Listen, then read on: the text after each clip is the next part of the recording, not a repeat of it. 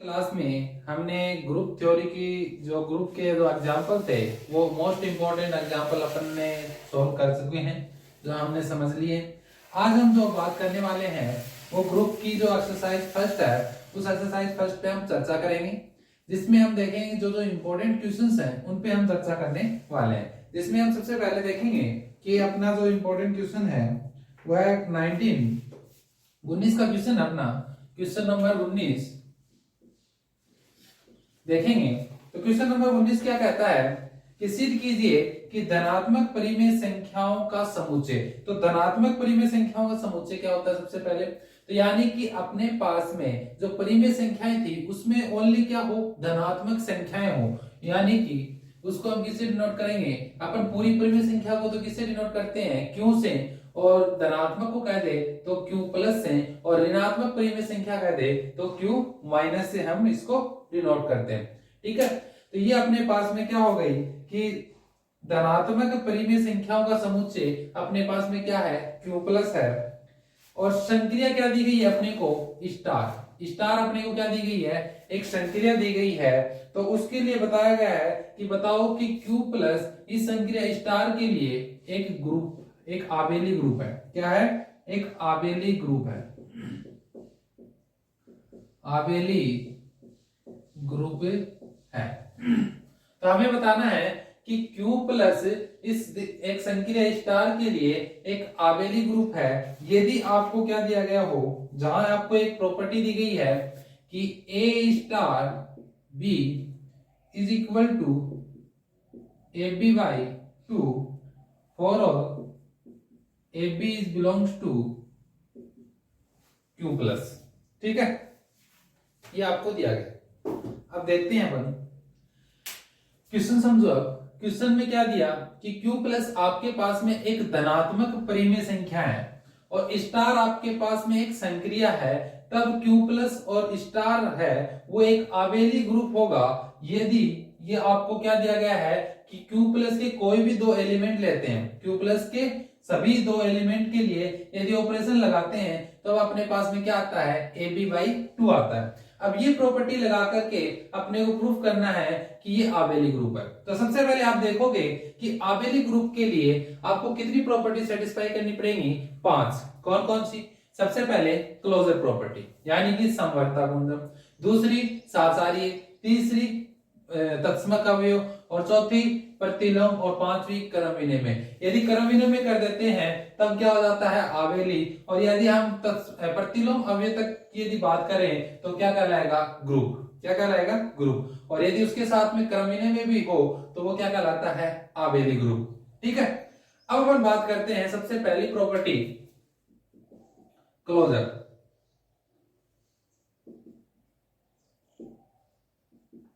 Closure property क्या कहती है, यानी समवर्ती गुणधर्म।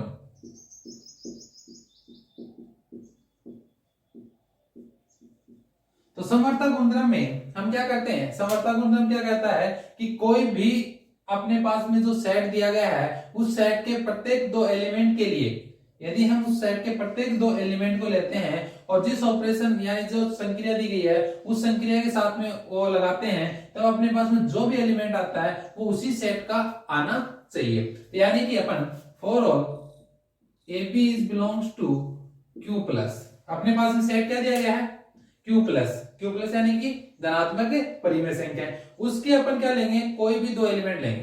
ठीक है, कोई भी दो एलिमेंट लेने पर अब अपने को क्या करना है कि उस दो एलिमेंट पे ऑपरेशन लगाएंगे। ऑपरेशन क्या दे रखा अपने को, स्टार। स्टार ऑपरेशन दे रखा है, लेकिन अपने को ये नहीं कहा कि स्टार जो ऑपरेशन है वो प्लस है, माइनस है, गुणा है, भाग है, क्या है ये नहीं पता। लेकिन अपने को क्या देते हैं कि एक संक्रिया दी गई है जो कि क्या है, स्टार है। और अपन ने जो एलिमेंट दो लिए हैं ए और बी, वो किसके लिए हैं, धनात्मक परिमेय संख्या के।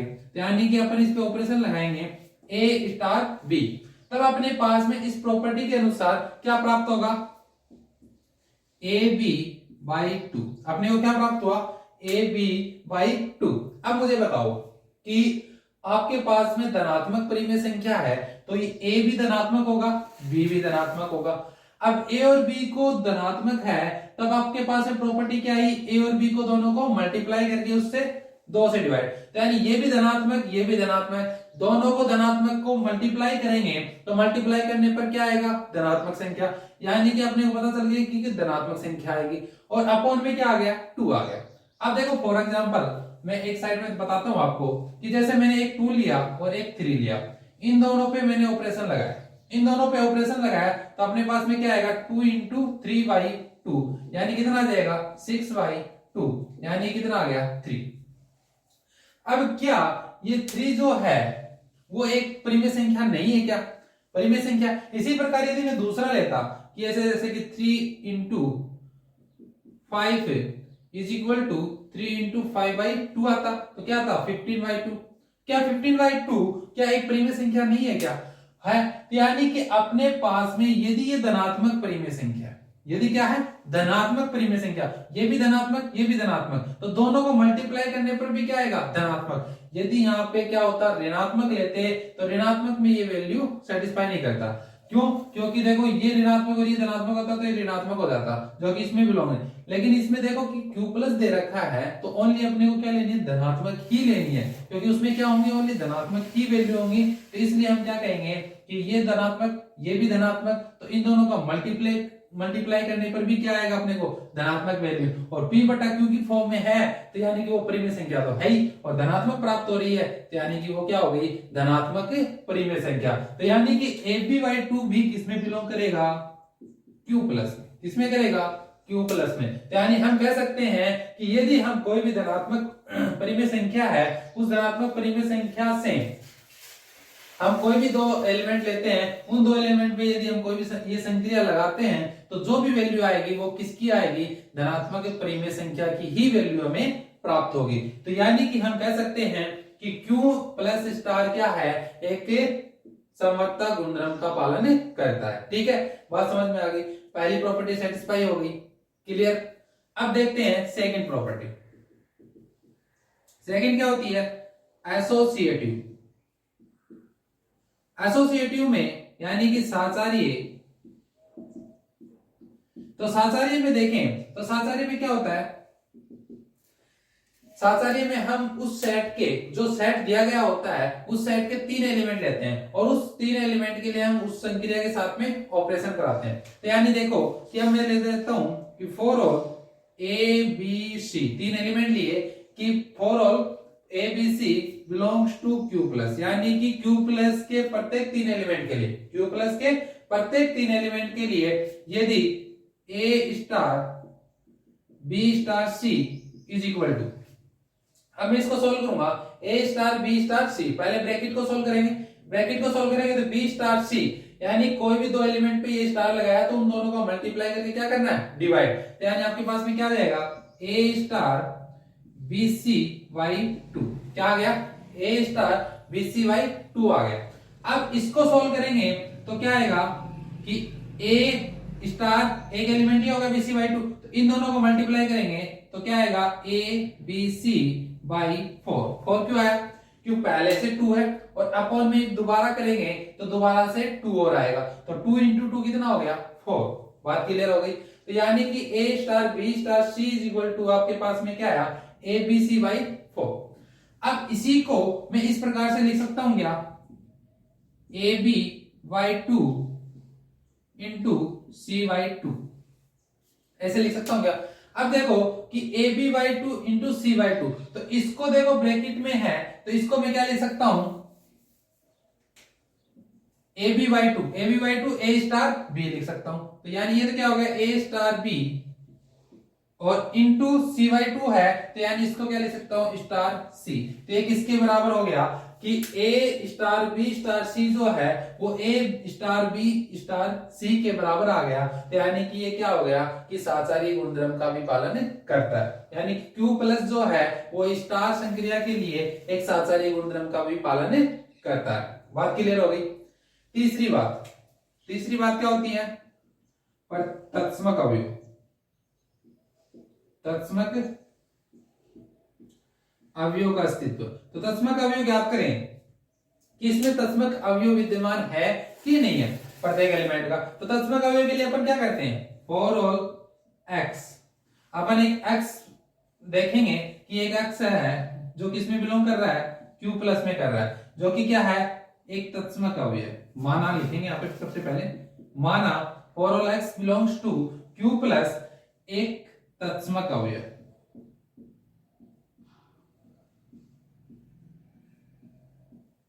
ठीक है, तो हमने कहा कि एक x जो है Q प्लस में प्रत्येक x के लिए एक क्या है अपने पास में तत्समक अवयव। ठीक है, तो ये तत्समक अवयव हो गया। तो तत्समक अवयव यानी कि हम क्या कह सकते हैं कि अपने पास में एक एलिमेंट होगा, कि एक एलिमेंट अपने पास में for all a belongs to Q plus, प्रत्येक Q के एलिमेंट के लिए अपने पास में एक एलिमेंट है,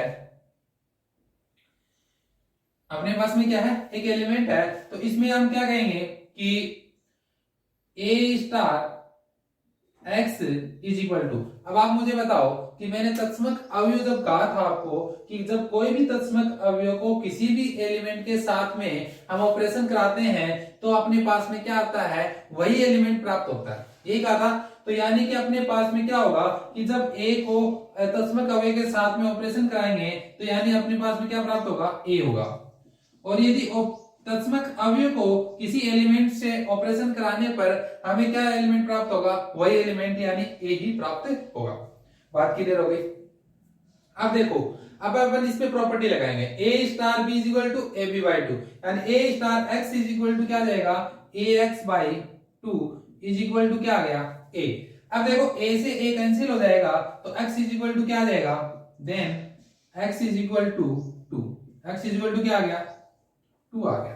x इज इक्वल टू क्या आ गया, 2, यानी कि अपने पास में x इज इक्वल टू क्या प्राप्त हो गया, 2, और 2 प्राप्त हो गया तो यानी अपने पास में तत्समक अवयव क्या हो गया, 2। तो ये 2 क्या, 2 जो है वो परिमेय संख्या है। आपको ये भी देखना है कि 2 क्या है, एक धनात्मक परिमेय संख्या है। तो देखो 2 जो है वो एक धनात्मक है, यानी धनात्मक तो है। क्या ये परिमेय संख्या है, हाँ 2 एक परिमेय संख्या होती है। तो ये क्या कहलाएगी, 2 जो है वो क्या है, एक धनात्मक परिमेय संख्या, यानी कि 2 is belongs to Q plus. तो देन क्या हो जाएगा कि अपने पास में कि तत्समक अवयव भी क्या है, विद्यमान है, यानी Q प्लस स्टार के लिए x इज इक्वल टू 2 जो है वो एक क्या है, तत्समक अवयव है, जो कि क्या है, धनात्मक परिमेय संख्या है। बात क्लियर। तो ये तो अपना क्या हो गया, तत्समक अवयव। अब अपन बात करेंगे परिमेय संख्या, किसकी बात करेंगे, परिमेय संख्या की, सॉरी उसकी प्रतिलोम की। किसकी बात करेंगे, प्रतिलोम की बात करेंगे कि प्रतिलोम क्या होता है। अब हम प्रतिलोम की बात करें,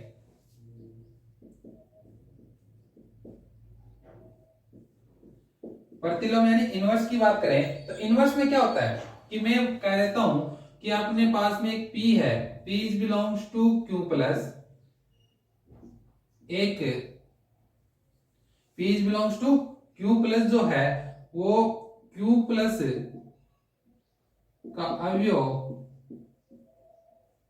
A का प्रतिलोम है। मैंने क्या लिखा कि Q प्लस में एक ऐसा एलिमेंट है P जो कि क्या है, Q प्लस का अवयव A का क्या है, प्रतिलोम है। यदि प्रतिलोम है तो हम क्या कह सकते हैं कि P star A is equal to, अब मुझे बताओ कि अपन प्रतिलोम में क्या पढ़ा था, कि प्रतिलोम में ये तो पढ़ा था कि यदि हम कोई भी सेट दे रखा है और उस सेट में हम अवयव, उस सेट के अवयव का प्रतिलोम ज्ञात करना है, तो यदि उस सेट के किसी अवयव का कोई अवयव प्रतिलोम है तो उसको मल्टीप्लाई करने पर हमें क्या प्राप्त होगा कि उसकी आइडेंटिटी प्राप्त होगी, उस सेट की क्या प्राप्त होगी, आइडेंटिटी। तो यानी कि P A का प्रतिलोम है, ये हमने क्या किया है, माना है। ये क्या क्या है, आपने माना है। आपको क्या करना है, मानना है। यदि मैंने इसको माना है तो हम क्या कहेंगे, यदि कोई A का प्रतिलोम को उसके अवयव से मल्टीप्लाई ऑपरेशन कराते हैं तो अपने को क्या प्राप्त होगा, आइडेंटिटी प्राप्त होगी। तो आइडेंटिटी इसके लिए क्या प्राप्त हुई थी, 2। तो यानी इसकी आइडेंटिटी क्या है 2 है। इसकी आइडेंटिटी क्या है, 2 है। तो आइडेंटिटी 2 आई तो अपन ये भी लिख सकते हैं यदि A को उसके प्रतिलोम से ऑपरेशन कराते हैं तब भी उसकी क्या आएगी, आइडेंटिटी आएगी, यानी तत्समक अवयव भी प्राप्त होगा। तो यानी कि P स्टार A कर लो चाहे A स्टार P कर लो तो भी तो हमें क्या प्राप्त होगा, उसका तत्समक अवयव भी प्राप्त होगा। बात क्लियर। अब अपन इसकी प्रॉपर्टी लगाते हैं तो P star A is equal to क्या आ जाएगा, PA by 2 is equal to 2। ठीक है, अब देखो इस 2 को मैं क्या करूं, आगे भेजूं तो क्या आ जाएगा कि PA इज इक्वल टू 4, और अपन को ज्ञात क्या करना है, P यानी कि प्रतिलोम, तो क्या आ जाएगा 4 बाई A, क्या आ जाएगा 4 बाई A। अब ये देखना कि 4 बाई A जो है क्या उस Q प्लस में विद्यमान है, तो अपन देखेंगे कि देखो कि 4 तो देखो सबसे पहले P बटा Q की फॉर्म में है, परिमेय संख्या है, और 4 जो है वो अपने पास में क्या है, Q प्लस में विद्यमान है। A जो है वो क्या है, Q प्लस में है कि नहीं वो देखेंगे। तो अपन ने देखो A जो है वो अभी Q प्लस का माना था, तो यानी A Q प्लस का है, तो यानी ये A भी होगा, तो यानी कि हम कह सकते हैं कि 4 by A is also belongs to Q plus, is also belongs to क्या होगा, Q plus, यानी कि 4 by A भी क्या होगा कि धनात्मक परिमेय संख्या का ही कोई नंबर होगा। ठीक है, तो यानी ये इसका नंबर है, तो यानी कि क्या हो गया कि 4 by A, यानी क्या हो जाएगा 4 by A जो है वो क्या हो जाएगा कि A का